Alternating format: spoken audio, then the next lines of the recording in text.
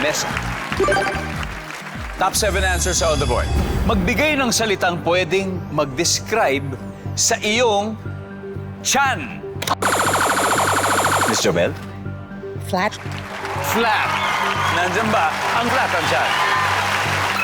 Pwede. Tong. Magbigay ng salitang pwede mag-describe sa iyong tiyan. Gutom. Gutom. Nandyan ba ang gutom? Oh, wala. Miss Jobel, pass or play? Play. Let's do it. Let's play round 1. Okay. Zelina, how would you describe your tummy? Basta tiyan in general. How would you describe it? Sore. Sore. Baka nag-workout. Oo, baka nag-workout. Masyado kang 1,000 sit-ups. Di ba? Sore, sabi ni Zelina. No, masakit. Miss Deborah, magbigay ng salitang pwede mag-describe sa iyong tiyan. Nagdudumi. Nagdudumi. Okay, Jem, ano kaya? Magbigay ng salita pwede mag-describe sa iyong tiyan. Malaki. Malaki. Kung may flat, may malaki. Nandiyan ba yan? Mr. Bell, magbigay ng salita pwede mag-describe sa iyong tiyan. Masakit ang tiyan. I mean, Tama, pero nandiyan na. Ito, Team Maligam-gam, huddle na. Zelina, again, give a word that describes your stomach. soft. Soft, malambot. Di ba? Why not? Nandiyan ba ang malambot? Wow! Dalawa ka na. Miss Deborah, again, salitang pwede po mag-describe sa tiyan. Naninigas, matigas. Naninigas. Survey says, Wala. Maligam-gam. April.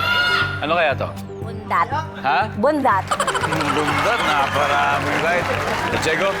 mabalahibo. Mabalahibo. Rubin? At po, may abs.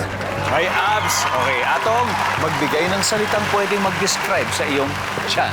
Mahal ko kasi yung anak ko kaya manalo matalo. May abs! Ayan na. May abs. Nandyan ba ang may abs? May abs! Paldo! Ha? Paldo! Paldo! Paldo! Paldo!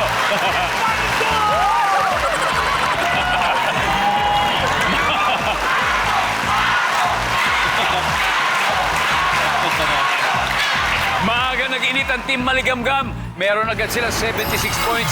Ang Salvador family naman, kayang-kaya pang humabol. Ay, nag-uumpisa pa lang tayo. Anyway, since may sagot pa sa board hindi nakukuha, so studio audience, here's your chance to win 5,000 pesos.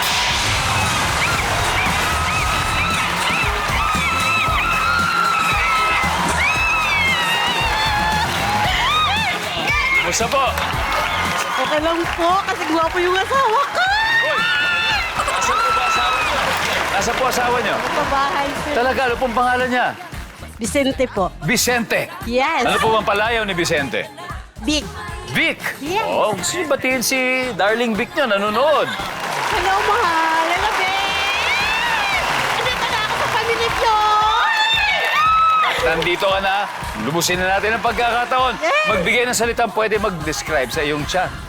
Bilog yung tiyan. Bilugan. Nandyan ba ang bilog? Hoy!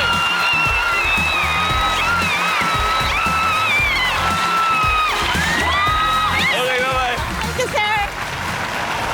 Alright. Now, meron pa tayo isa, number 4.